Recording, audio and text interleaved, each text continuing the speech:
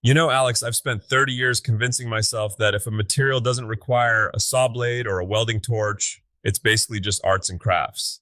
But there's something about clay that humbled me faster than a kickback on a table saw.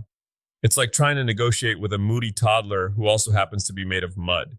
Oh, so the master of metal finally met his match in a lump of dirt? I recall you saying last week that pottery was just slow motion masonry.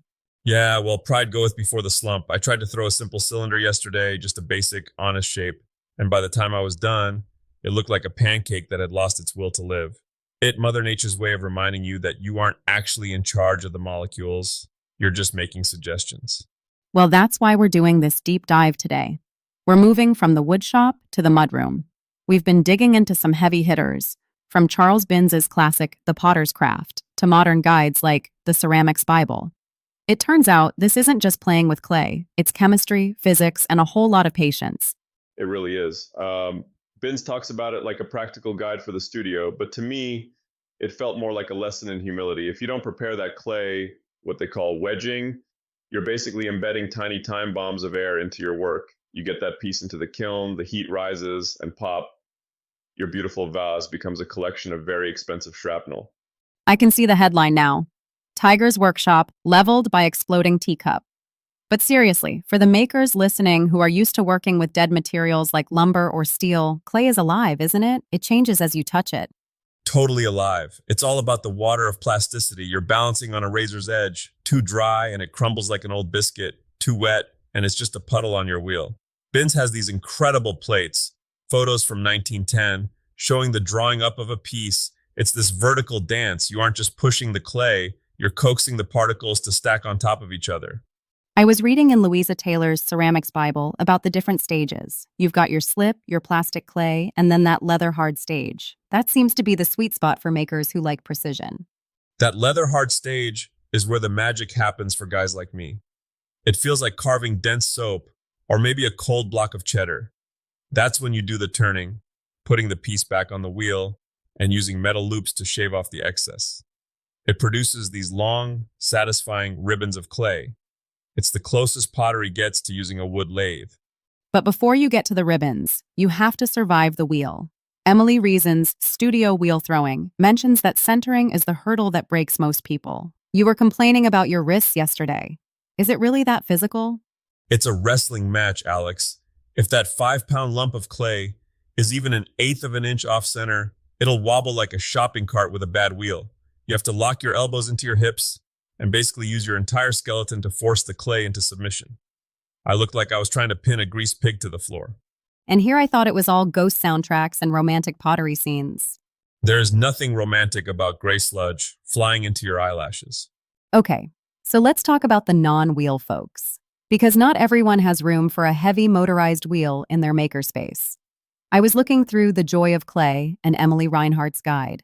They talk a lot about hand building and decorating. Is that the gateway drug for makers? Absolutely. Slab building is where a woodworker feels right at home. You roll out the clay like dough, cut it into precise shapes using a template, and glue it together using slip, which is basically just clay-flavored mud glue. You can make boxes, planters, rectangular vases, things with sharp, clean lines that don't require you to be a Zen master on a spinning wheel. I liked the idea of the pottery project journal we saw. It sounds like something you'd hate, meticulously recording process details and techniques. But it seems vital. In woodworking, if I use a walnut stain, I know what I'm getting. But with glazes, it's basically a chemistry experiment where the results are hidden behind a brick door for 12 hours. That's the most terrifying and beautiful part. You paint on this dull, chalky pink liquid, you put it in the kiln at 2000 degrees, and it comes out as a vibrant, glassy cobalt blue. It's like sending your kid off to college and having them come home as a completely different person. If you don't write down your recipes and your firing times, you'll never recreate that one perfect accident. Speaking of accidents, Jackie Atkin has that book, 250 Tips, Techniques, and Trade Secrets. She talks about improvising tools from everyday kitchen utensils. That's very on-brand for our crowd. Why buy a $30 rib tool when you have a credit card and a spoon? My favorite tool right now is an old serrated butter knife and a piece of fishing line. I used the fishing line to slice a vase off the bat yesterday. It's the most satisfying cut you'll ever make, cleaner than any Japanese pull saw, but you have to be careful. As Binns points out in his Defects of Glazes chapter, If you leave a fingerprint or some oil from a greasy sandwich on the clay, the glaze won't stick. It'll crawl, leaving a bare bald spot on your piece that looks like a mistake you can't hide. That sounds like fisheye in a paint job. See, the disciplines aren't that different. They aren't. But the stakes feel higher because of the fire.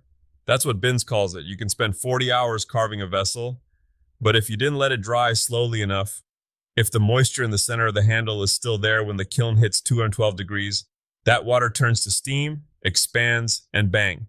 You've got a jigsaw puzzle you can't put back together. So, for someone listening who's looking to add a clay corner to their shop, what's the actual barrier to entry? We aren't all going to buy a $5,000 scut kiln on day one. You start small. Get a bag of stoneware clay. It's cheap, maybe 20 bucks for 50 pounds. Get some basic loops, a sponge, and a wire cutter.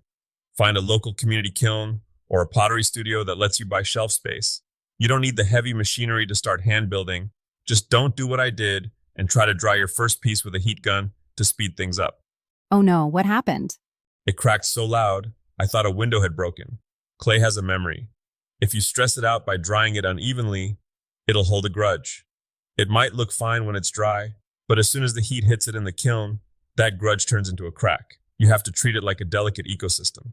It sounds like pottery is the ultimate exercise in letting go. You do the work, you hand it over to the fire, and you hope for the best. It's the masterclass in non-attachment. In jewelry or metalwork, I can always weld a bit more on or grind a bit more off. In pottery, once it's fired, the state of being is fixed. It's stone. I think that's why Reinhardt's book on decorating is so popular. It's about making it yours before it becomes permanent. Gold luster, inlay designs, textures. It's about leaving your mark on the earth, quite literally. My mark right now is mostly just a lot of muddy towels in the laundry. But there's a takeaway here for every maker, regardless of their medium. We get so caught up in the precision of our tools, the digital calipers, the laser levels, that we forget our hands were the first tools we ever had. Clay forces you back to that. It's just your skin against the earth. That's surprisingly poetic for a guy who spent the morning complaining about his lower back. Hey, even an old dog likes the feel of the grass now and then. So, the big lesson? Don't be afraid to get messy, but respect the process. Whether you're reading Binns from 1910 or a blog post from 2024, the clay hasn't changed. It requires the same patience it did 1,000 years ago.